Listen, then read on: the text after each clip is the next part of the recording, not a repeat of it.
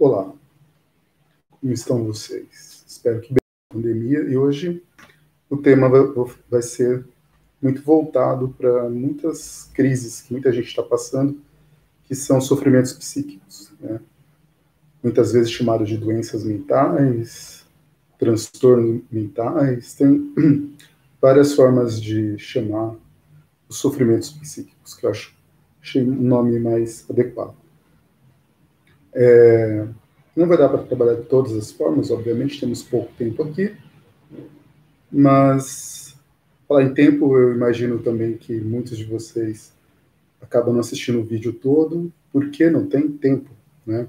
Então, na pandemia, pelo que eu escuto os alunos falando, professores, trabalhadores de outras áreas, que a home office faz com que nós trabalhemos muito mais nas nossas casas, né? Aqui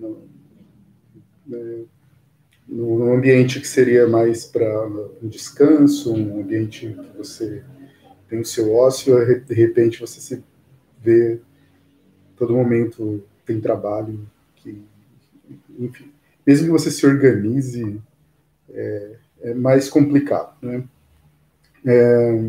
Tanto é que tem algumas profissões que, por mais que você se organize, mudou muito, e é muito, não depende só do indivíduo se organizar. Por exemplo, o motorista de ônibus, por exemplo, como que ele pode estar se sentindo agora, né? De ônibus lotados, ele está ali, tem que trabalhar, e tem que se deparar com tudo isso, e como que fica a cabeça, né? Como fica a situação psicológica. E às vezes não trabalhando é chamado de vagabundo, ou se tira uma licença, como que fica? Esses dias eu vi que um funcionário do SAMU, né, que é aquelas ambulâncias que você liga para quando acontece um acidente, alguma coisa, e vem lá um médico, paramédico, e ele faleceu, morrendo por causa da Covid. Né? E então, o funcionário, né, o trabalhador da saúde, como que fica a cabeça dele mesmo? Né? Então, tem várias profissões que a gente for falar aqui, a gente vai... Né, tem várias profissões que acabou mexendo muito com a cabeça das pessoas. Como que é lidar depois com a família, se você trabalha no hospital totalmente contaminado, né? As pessoas que trabalham exatamente no hospital que recebem pacientes com Covid, né? Às vezes não pode voltar para casa, e se volta, como lida com isso. Então, nesse momento de pandemia, começou a ter bastante sofrimento psíquico em toda a ordem, né? Tanto de se preocupar demais com os pais, que são mais idosos, grupos de risco, com o parceiro, com a parceira, enfim. Já passamos de mais de 107 mil mortos, né? E como lidar com toda essa angústia e não querer se infectar, enfim, tudo isso vai causar um momento propício para ter sofrimentos psíquicos, mais do que antes da pandemia, né? Bom, mas como que o indivíduo lida, assim, uma pergunta que eu gostaria de começar, assim, como que o indivíduo ele lida com o sofrimento psíquico, né? Muitas vezes ele vai ao médico, né? Muitas vezes vai ao psiquiatra. O psiquiatra pode receitar remédios, pode dar um atestado, né? Pode se afastar do trabalho e te dando remédio quanto você vai tomando, né? Vai aumentando a dose ou diminuindo, ele vai até você ficar pronto de novo para o trabalho. Né? Mas diferente que o sofrimento psíquico ele entra como uma doença, mas que é uma doença também mental, né, que esse nome já fica meio estranho, mas por isso que eu escolhi sofrimento psíquico, mas também enquadrado como uma doença, que o indivíduo está doente. Mas é diferente de outras doenças. Por exemplo, você pode, Covid mesmo, pode tirar uma chapa do seu pulmão, né, fazer uma ressonância, sei lá, e aí você vê que tem lá uma mudança, foi afetado o pulmão, né? Ou então você faz, aí você fala, vamos fazer outros exames, aí você deve chegar, o seu corpo produzir anticorpos contra o Covid, então você tem, e vai fazendo outros até que você tenha certeza que você está com aquela doença, todo mundo vai acreditar porque a medicina comprovou. Mas quem tem depressão, por exemplo, né, como é que ela vai provar que ela tem depressão?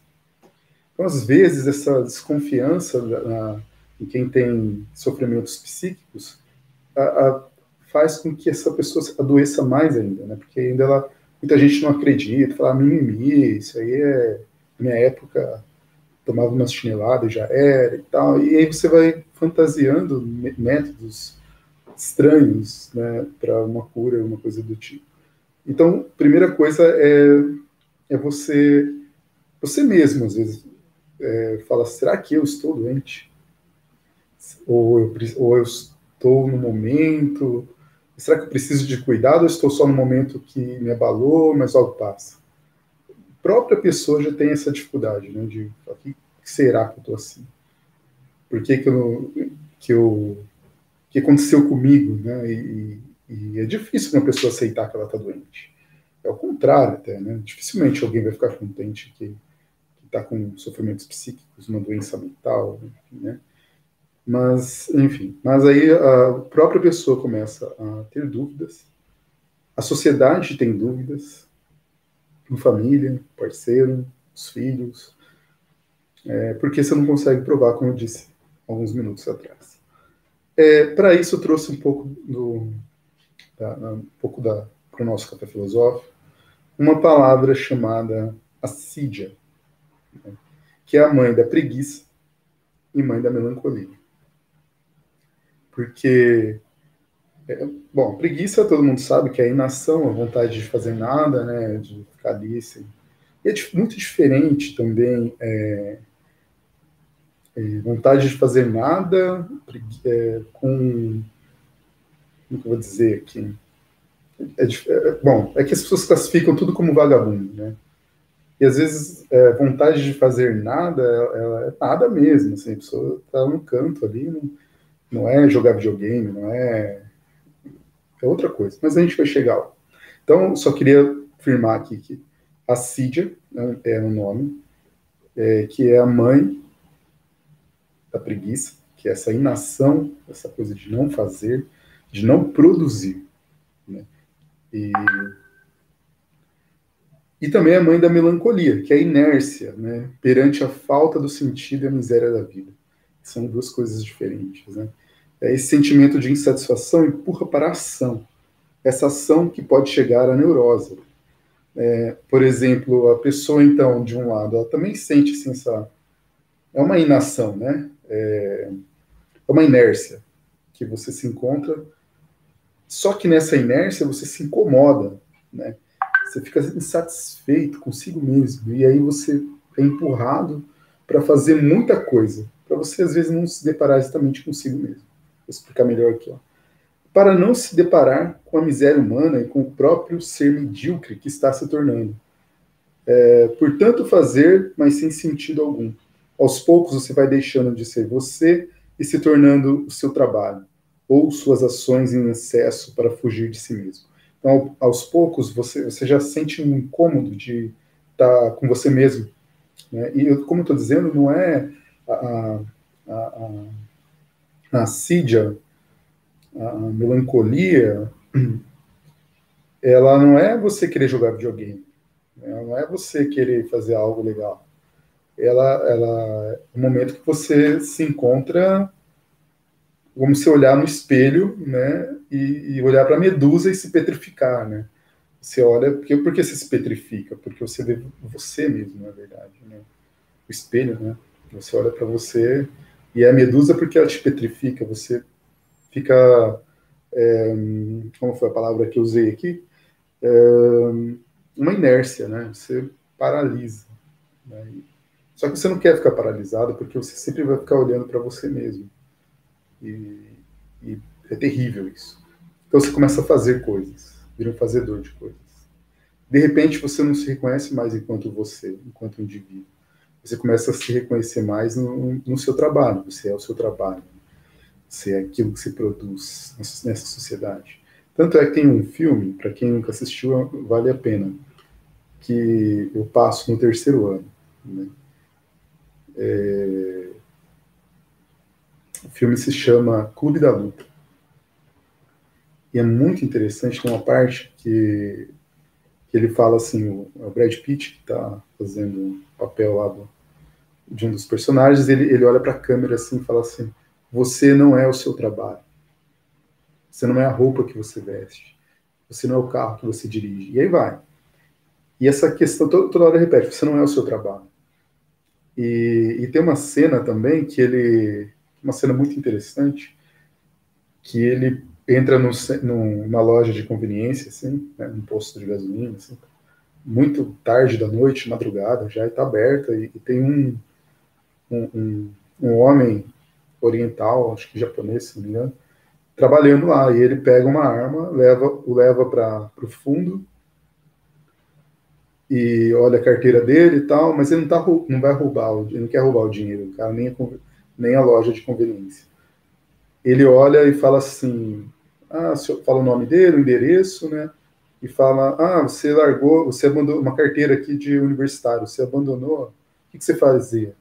E o cara com medo, aquela situação toda, ajoelhado, pronto para morrer, né? E ele fala assim, eu fazia coisas. E que coisas, né? E tal. E o cara pronto para atirar, e ele fica nervoso, e até que ele fala, né? Ele fazia biologia. Mas é muito difícil, ele falou, né? Então você parou por quê? Porque é muito difícil. Tinha que estudar mais? Sim, tinha que estudar mais. Aí ele fala assim, se amanhã você não estiver matriculado, o que você gostaria de fazer, então? Veterinário. Então, se amanhã, se você não tiver, em uma semana, aliás, em uma semana, se você não estiver matriculado, algo que você quer fazer de verdade, você gosta, que é veterinário, eu vou voltar aqui e vou estourar a sua cabeça. Né? Eu sou de uma violência. Né?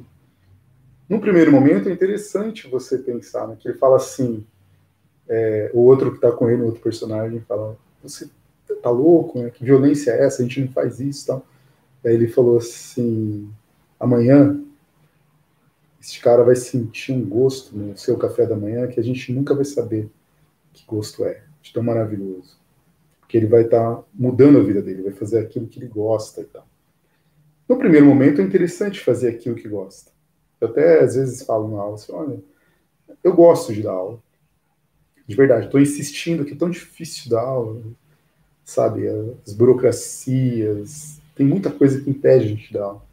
Eu gostaria só de dar aula, obviamente, né? Mas não é só dar aula. Tem um monte de burocracia que tem que fazer. E essas burocracias vão minando, né? E outra, eu gosto de dar aula, de verdade, eu amo dar aula. Não vejo. Essa pandemia está me fazendo muito mal, quando para as aulas. Assim, aquele calor humano, aquelas pessoas na aula, você vê assim, quando você desvenda ou então um conceito, ou você provoca com um conceito, você vê aquela pessoa, sabe? Você vê você sente o estalar do cérebro da pessoa. Que louco, né? Daí no intervalo eles querem perguntar mais. Mas, né, a quantidade de aula que eu tenho que dar para sobreviver me atrapalha, né? Eu poderia dar menos aula, para menos alunos em cada sala.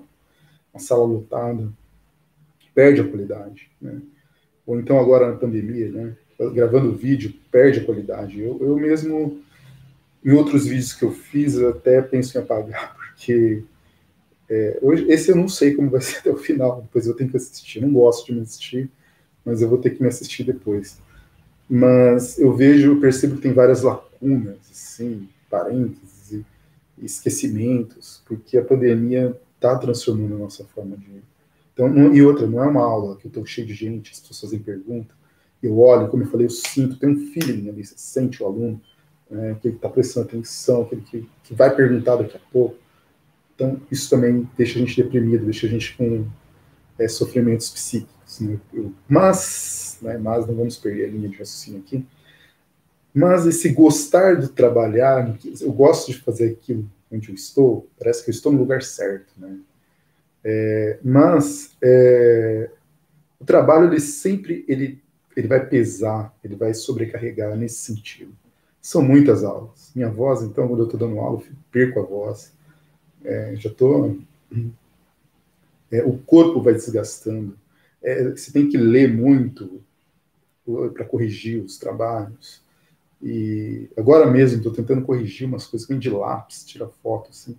Fala para os alunos, olha, você aí tá escrevendo de lápis, por favor, né, escreva, você não vai digitar, você acha, sei lá, dá muito trabalho, eu até entendo, mas faça caneta, porque às vezes é à noite, às vezes de manhã, qualquer horário que eu vou ler de lápis, aquela foto, assim, não tem aquele reflexo, nossa. Então, só um aviso, saiu um pouco do controle aqui, esse aviso foi um desespero meu. Mas voltando aqui, até mesmo onde você gosta de trabalhar, que também poderia ser faça o que você gosta de trabalhar, pronto. É, acho que é até melhor mesmo, né? Eu lembro que quando eu fazia outros tipos de trabalhos, nossa, a hora não passava, eu ficava ali, nossa, não vai acabar logo e tal, me incomodava. Quando eu dou aula, não, passa rápido, só que é um trabalho, não é algo que você faz apenas por hobby, né? É um trabalho. E ele vai te desgastar, porque tem uma quantidade maior, como eu já falei, condições que não são boas, né? Enfim, isso a gente já sabe, não vou ficar aqui lamentando a condição da escola pública. Mas isso de você, então, estar sempre, principalmente se você gosta do seu trabalho, ou se você acha que gosta, você está sempre se entregando mais para o trabalho, você vai se confundindo. É como disse no filme, o cara falou, você não é o seu trabalho, você não é a sua camiseta, você não é o seu carro que você dirige. E essa parte eu acho interessante, né? Que a gente acaba incorporando só pelo fato, ou só não, né? Mas pelo fato da gente se deparar com uma vida miserável. Vida miserável, não estou falando de economia, estou falando da miséria humana, né? Porque ser é difícil, né? Que é uma boa vida. Diferente de vida boa, né? Como produzir uma boa vida que não é sobrevivência, mas que né? Então, muitas vezes as pessoas têm essa dificuldade de encarar, não quero ficar pensando, vou trabalhar mais. Na pandemia mesmo, tem gente que não para de trabalhar, que trabalhar para não ficar pensando assim, olha, que medíocre, né? Dá medo, né? Que medíocre que eu sou. Dá medo de se encontrar consigo mesmo, né? Até tremeu a câmera aqui. Né? Bom, para entender melhor isso, então, eu separei aqui, de um lado, o ócio, de outro, a ação neurótica. Né? O ócio, ele era muito... O que é o ócio? Né? Não fazer nada.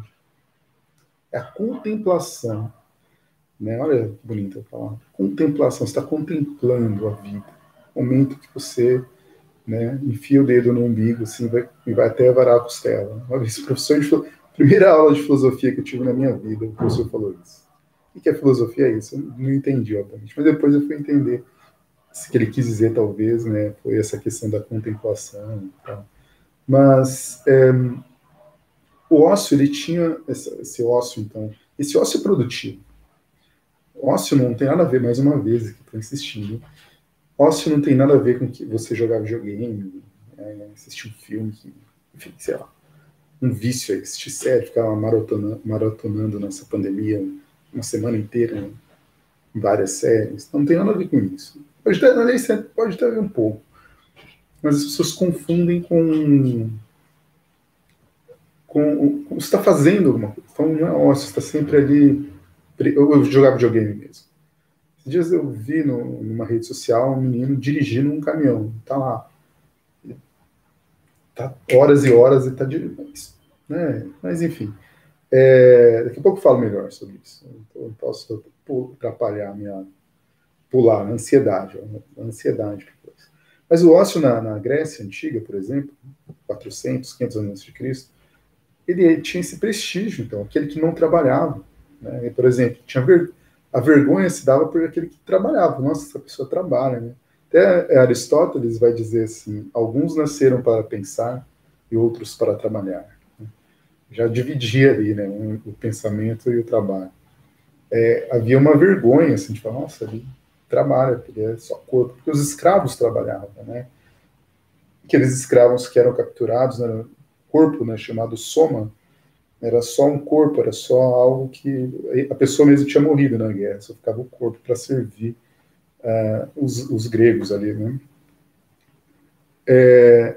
Então, o ócio, ele era algo assim que, nossa, os filósofos, a aristocracia, né? O que era a democracia ali na Grécia? Né? Era para os ociosos, né? Aqueles, os mais pobres, as mulheres, os estrangeiros, enfim, o jovem, eles não podiam participar da democracia, né? Não tinham seus direitos.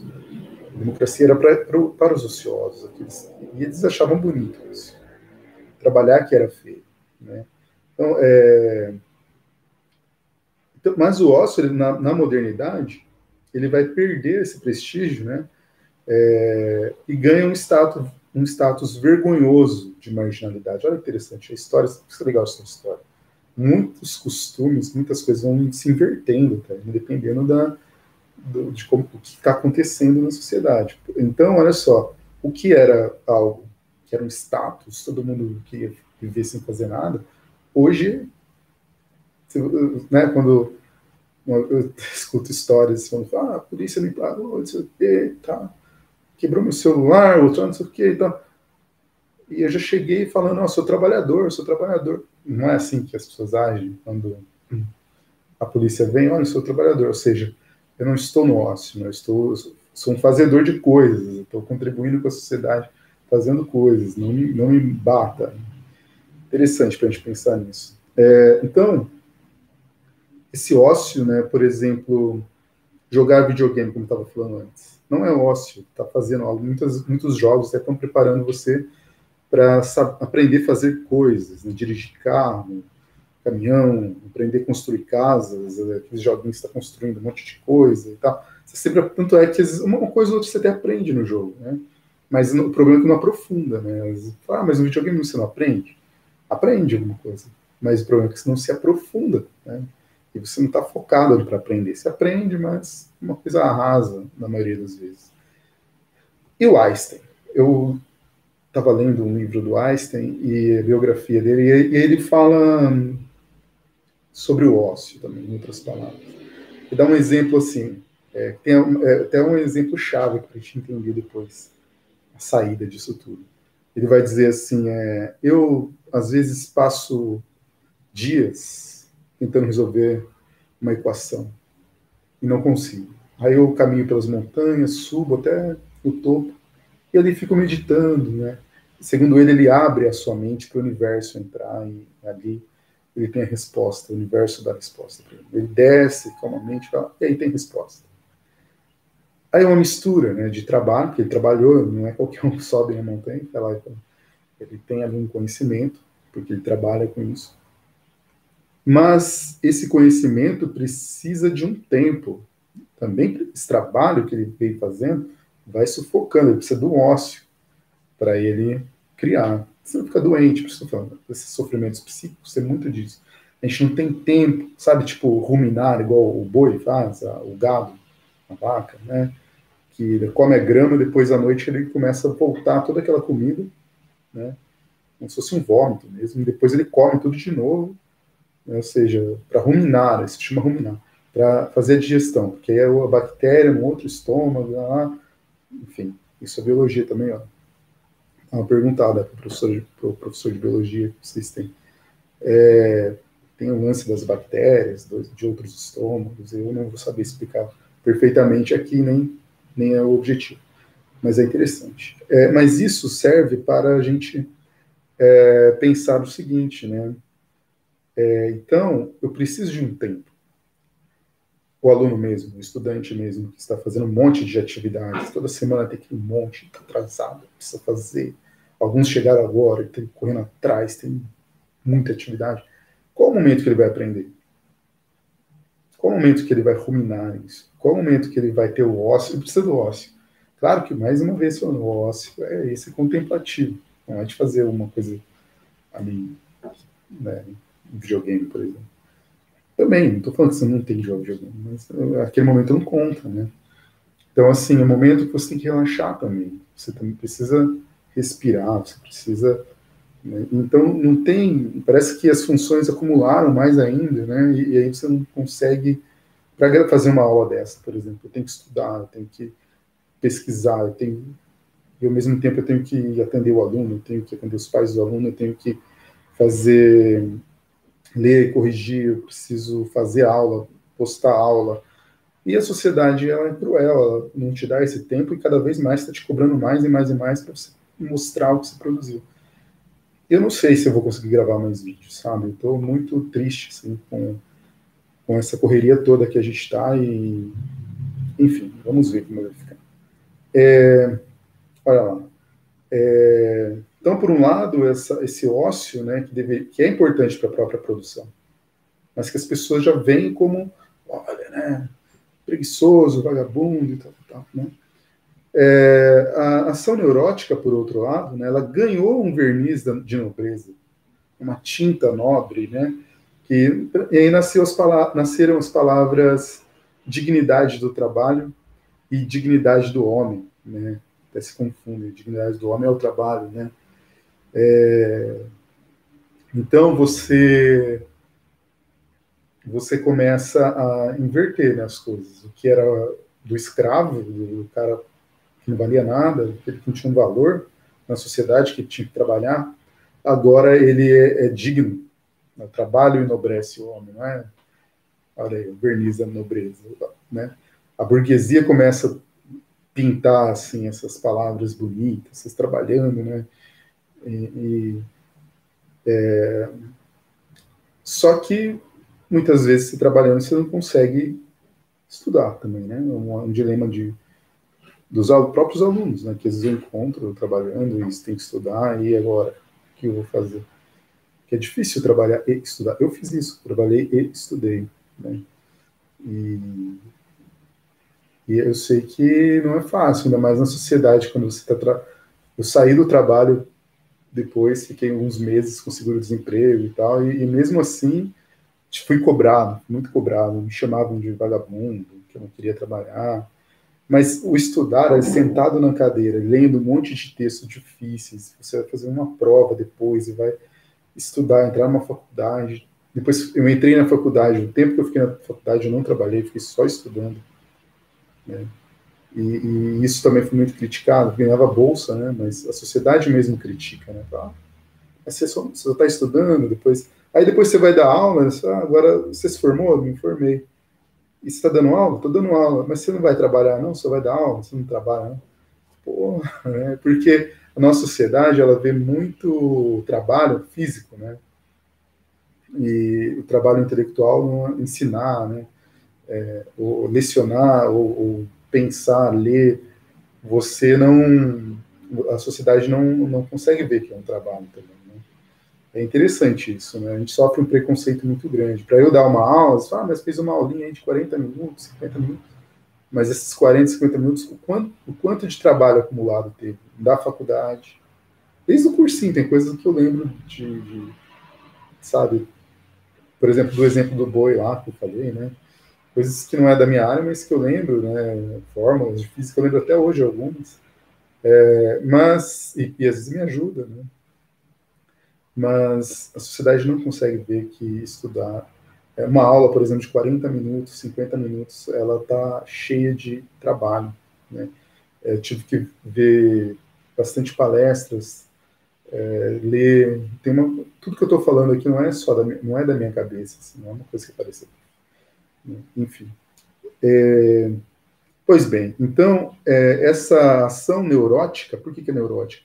Como eu falei agora há pouco, a pessoa sempre está querendo fazer mais e mais e mais para mostrar que ela é melhor, às vezes, para esconder o quão a miséria humana habita ali. Ela mostra, olha, eu fiz tudo isso, olha aquilo, não sei o quê, estou doente, mas estou trabalhando. Isso. Nossa, ele fica feliz com isso, né? Ao invés de ficar preocupada com a doença, tratar melhor, não, estou feliz porque eu estou doente, estou trabalhando, né? Não, mas olha só.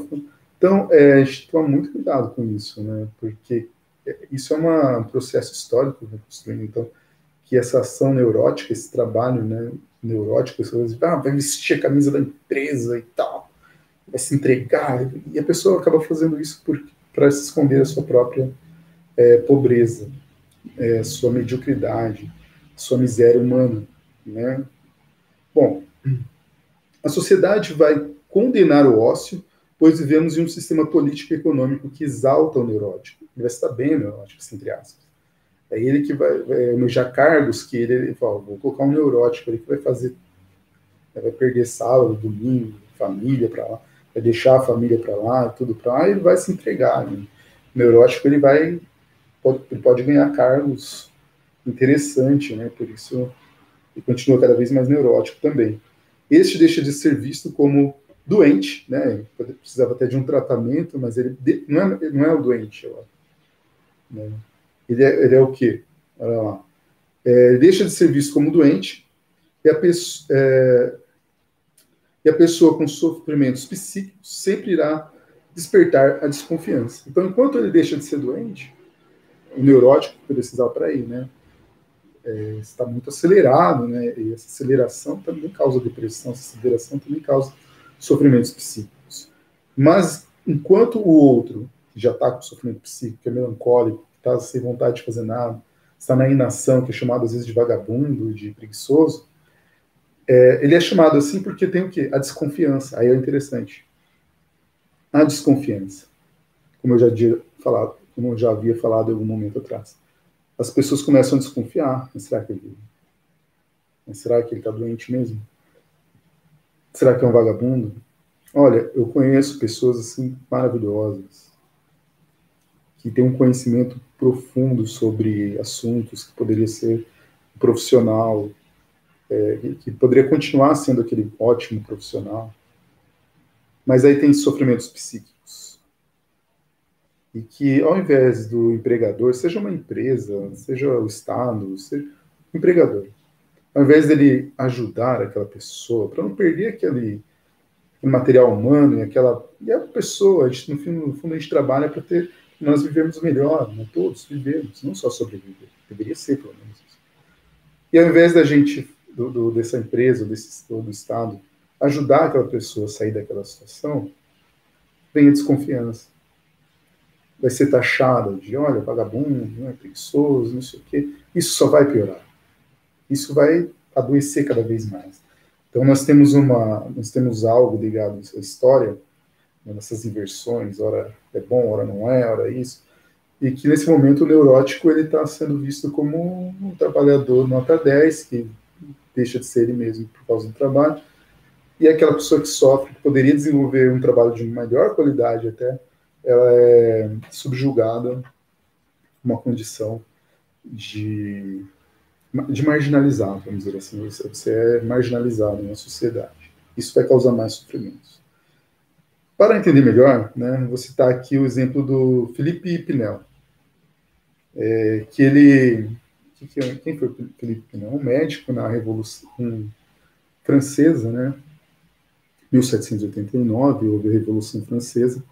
E nesse período, como eu disse no outro vídeo, que antes desse período, lá no Renascimento, o louco ele era tratado de maneira diferente, não tinha essa coisa de prender o louco. Né? Agora, falando do século XVIII, os loucos, assim, eles eram acorrentados, né, na masmorra, e ficavam presos, acorrentados ali.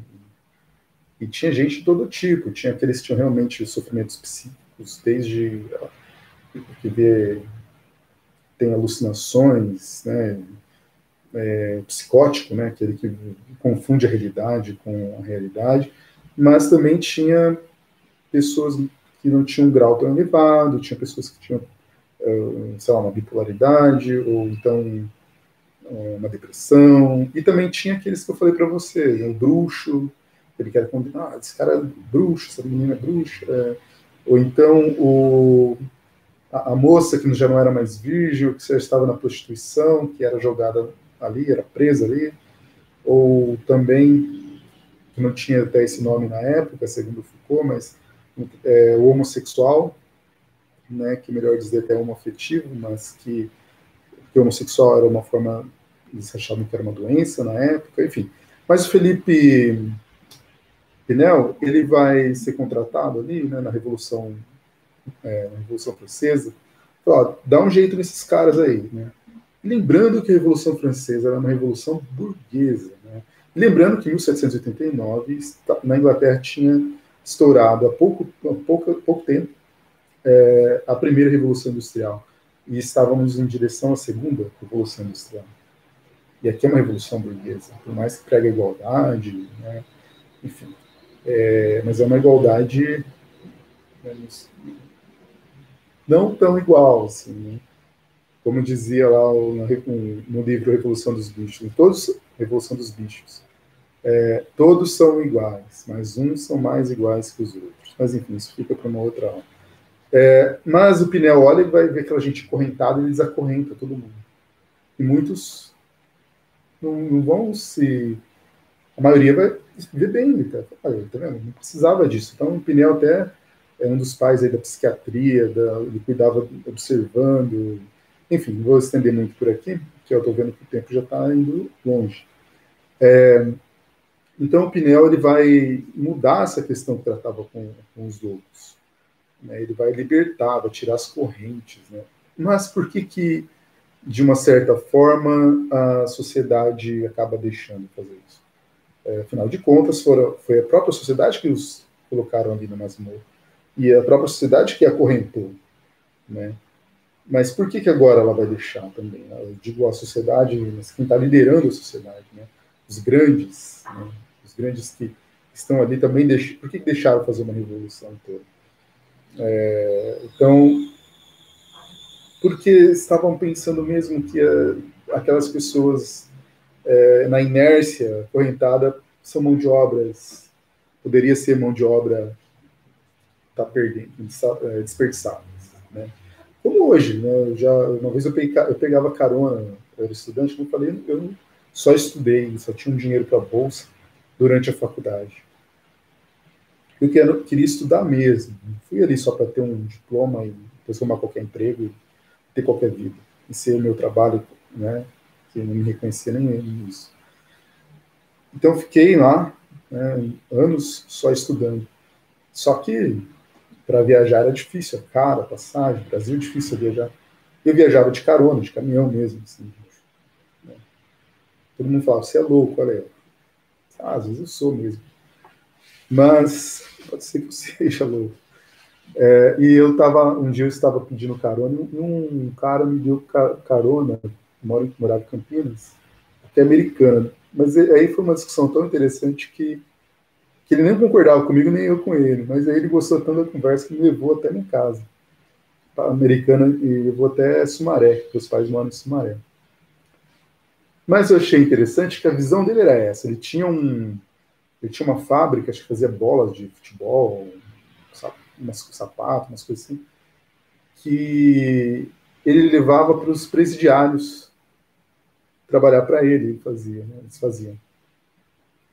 E ele tinha essa visão, nossa, tá todo mundo ali, e é uma mão de obra desperdiçada, ele pode trabalhar mais barato para mim, né, e tal. E aí era aquela, mas como assim? Você tem esse olhar para a pessoa, você vai explorar, você não está dando oportunidade, na verdade, no fundo, você está querendo lucrar mais, né, esse pensamento. Mas ali foi só para ilustrar um pouco essa... Muita gente se incomoda, né, mas olha, o cara está preso sem fazer nada, não tem que... Enfim, é uma coisa bem polêmica, né, para se debater em uma outra aula. Mas ali na Revolução também tinha isso, né? Por que você vai deixar soltar os loucos? Né? Vocês colocaram ali, né? Então, acho que tem muito a ver com essa questão das revoluções industriais expandindo, mão de obra. E olha só, a mão de obra que eu estou dizendo aqui não é que ia faltar gente para trabalhar nas indústrias, nas fábricas. Mas também é interessante você ter um exército de reserva para você baratear. Né? Se eu tenho muita gente procurando emprego, eu pago miséria. Né? E assim vai. Isso também, né, cada coisa que eu falo aqui, dá para vontade de abrir vários parênteses, né? Mas deixa eu me controlar aqui. Bom, então, o Pinel ele tem esse papel interessante. Por isso que já ouviu falar, né? Essa pessoa está meio Pinel, porque era ele que cuidava ali dos loucos, né? Então, vamos continuar aqui. Aqui só tem as coisas que eu já falei. Bom, e agora, toda essa condição do trabalho, né, que deixando a gente doente, e tem um termo que eu acho interessante, que é quando a gente olha para tudo isso, a gente acha normal. né? A gente acha normal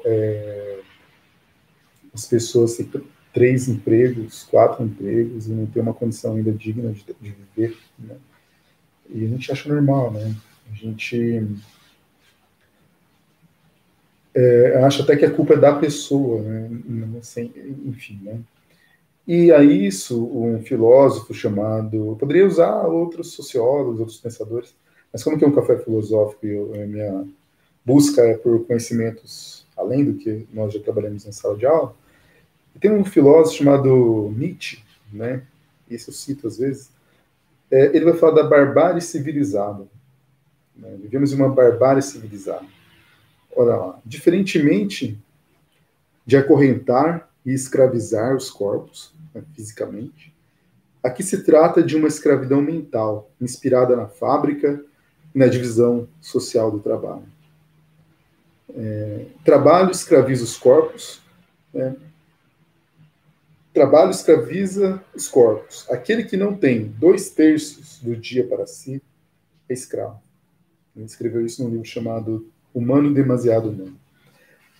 Isso é interessante, né? Tem uma frase de Muro também que eu gosto, fala assim, o maior ladrão é aquele que te rouba 8 horas do dia, né? E rouba mais, na verdade. Mas, assim, 2/3, né? Faz as contas. 2/3 do seu dia, maior parte do seu dia, tem que ser para você. E a maior parte do nosso dia a gente deixa para o trabalho. Então somos escravos. Só que a gente não percebe isso, porque essa barbárie, ela não por exemplo, os escravos. Quando a gente olhava os escravos chegando da África, acorrentados, né, chicoteados, ali se fala barbárie. Você olha para barbárie. Mas aí, por que soltaram os escravos? Mais uma vez, a mesma questão da Revolução. Por que soltaram os escravos, libertaram os escravos, aliás, melhor dizendo, libertaram os escravos e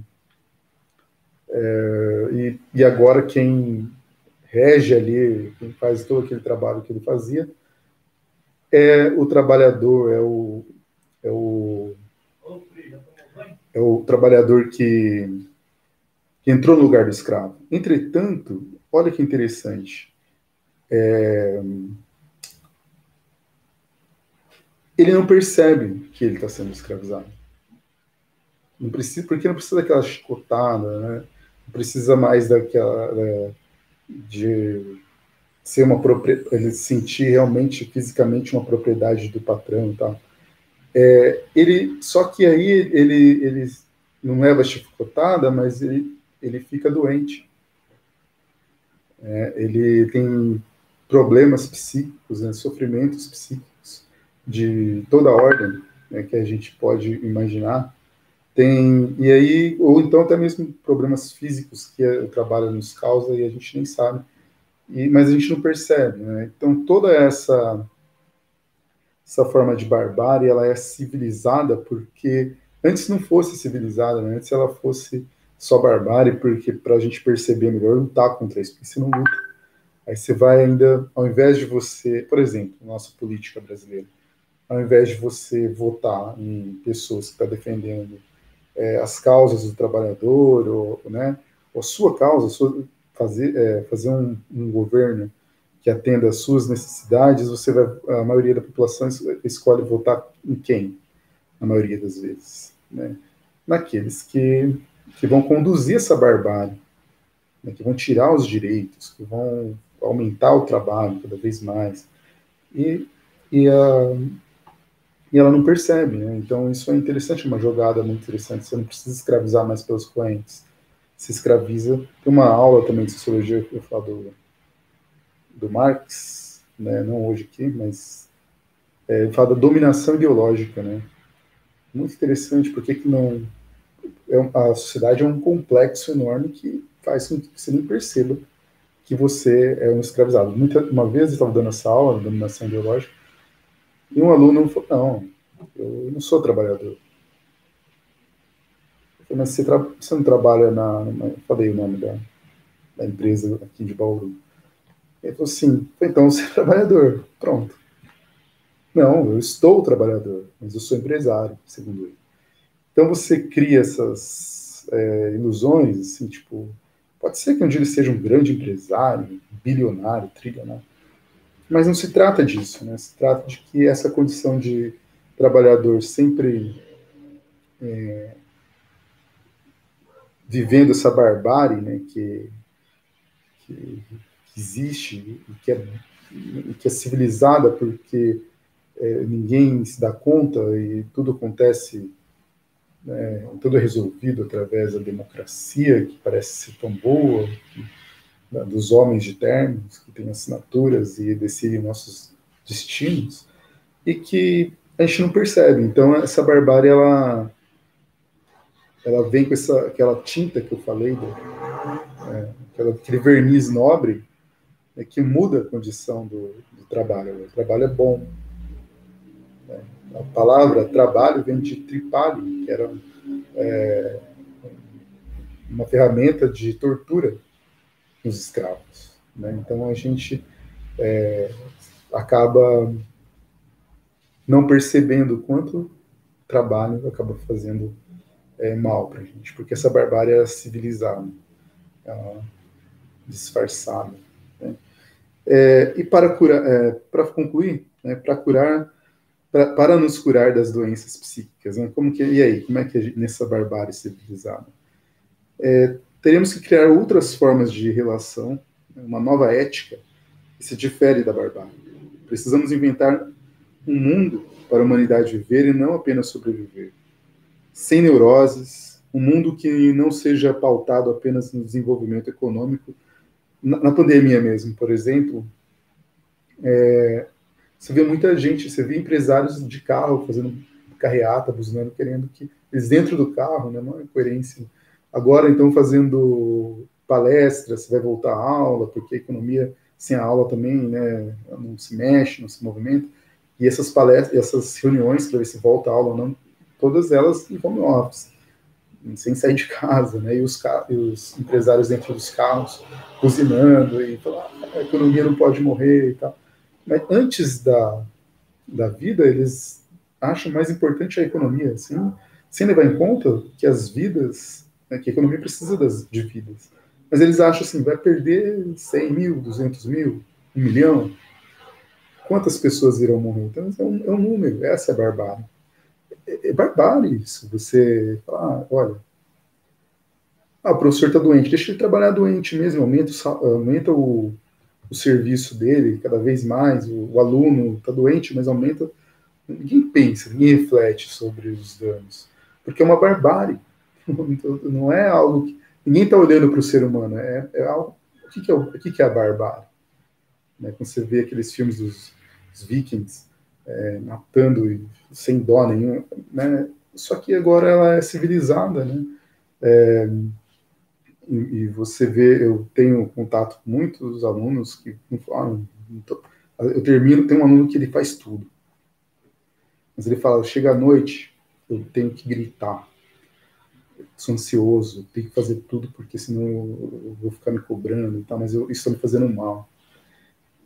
Tem outros falando de suicídio, não falam, calma, você vai ver. Mas eles estão escutando músicas que tem a ver com suicídio e tal, mas porque ninguém escuta, né? Já falei isso num outro vídeo. Mas já trabalhei essa questão. Trabalhei, mas não dá para concluir, né? Como é essa aula aqui, né? E aí eu falei, temos que fazer isso, criar um novo mundo, mas como? Em algumas outras aulas a gente vai falar um pouco sobre isso. Tem alguns pensadores na aula de sociologia que vai propor outras formas políticas e econômicas também, né? Aqui eu falei que dava para propor uma nova ética, essa que não privilegia a barbárie, né? Que não privilegia o neurótico e, enfim, para criar um mundo que é diferente desse, que a gente olha para milhões de pessoas morrendo e o líder, né, da barbárie civilizada diz, e daí? E muita gente concorda, por quê? Né? Como eu falei, é o cara de terno que assina, que está ali, que é fino, né? Que está sendo legitimado por uma democracia, que a maioria votou. E aí, então, a gente fica nessa questão, né? A pandemia ela vai nos deixando doente, estamos em uma barbárie, E agora? Então, essa aula ela não tem uma resposta assim, então, por mais que seria interessante a gente falar, olha, vou fazer algo que não fica nem entre o tédio que dá aquela doença, aqui, quando você está depressivo, você não quer fazer nada, e não é legal não fazer nada, né? E nem tão neurótico, mas quem tem essa fórmula, a gente está no meio, né? A gente depende muito de por isso falamos de transformações da sociedade. Enquanto a sociedade não transformar um outro mundo, uma outra forma de se viver politicamente, economicamente, não adianta, é difícil. Você vai querer compreensão de quem? Então fica essa angústia. Essa aula ela é meio provocativa mesmo. Não era para ser menor o vídeo. Eu fico aqui tentando. Muita coisa que eu queria falar, não falo porque não dá tempo. Mas essa aula fica por aqui e com essa angústia mesmo, né? E como lidar com essa angústia toda? Nem tédio, nem sofrimento, né? Nem a neurose, mas esse caminho do meio é difícil. Só para finalizar, tem uma coisa interessante também, porque aí quando você está nesse caminho, buscando esse caminho do meio, muitas vezes você pega o remédio, né? As pessoas não aguentam esse sofrimento, às vezes, né? Muitas vezes. Eu sempre tive um preconceito, assim, com remédios, contra os remédios. Eu entendo que algumas pessoas precisam tomar, né? E por outro lado também fica a questão de que o remédio, às vezes, ele não vai ajudar o seu corpo e a sua vida. Ele só vai te dar uma manutenção para você continuar trabalhando. Isso é importante nessa barbárie civilizada, né? Então você toma o remédio para você continuar trabalhando. Então ninguém e fala, mas essa pessoa está doente. Não, está sendo controlada pelo remédio. Ouviu essa frase? Tá sendo controlada pelo remédio. O médico vai lá, aumenta a dose, diminui, tá? É como se fosse uma máquina, né? Então eu jogo essa questão, né? Seria o remédio a solução? Eu acho que para alguns casos de psicose e tal, é difícil você tirar o remédio, né? Mas será que para tudo porque por mais que tenha a indústria farmacêutica produzindo muito, por outro lado, tem as pessoas que não querem sofrer, querem, né, continuar, se dedicar ao trabalho, se dedicar à família, seja, e aí fica aquela coisa, e agora, né? Então, hoje foi um tema muito complexo, que quando voltar às aulas a gente pode até debater isso melhor, ok? Ficando por aqui, não esgotou toda essa discussão, parece que só trouxemos mais angústia, né? Mas é uma angústia que tenta buscar um sentido, não um sentido, né? Mas uma solução assim para lutar, né? Como se fosse uma resistência, né? É uma aula que olha, a gente tem que resistir, não tá bem, né? Não tá bem. Estamos numa pandemia e não está nada bem. Não vamos forçar a barra. Não vamos olhar a realidade. Né? Não está bem.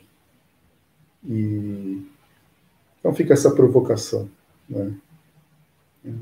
Não tem como chegar nesse meio termo. E aí, as outras questões, vocês podem também me perguntar, vocês podem também me provocar, vocês podem discordar. Ok? E espero o retorno de vocês. Então, um abraço aí para todos. Tchau, tchau. Até mais. Até o próximo vídeo.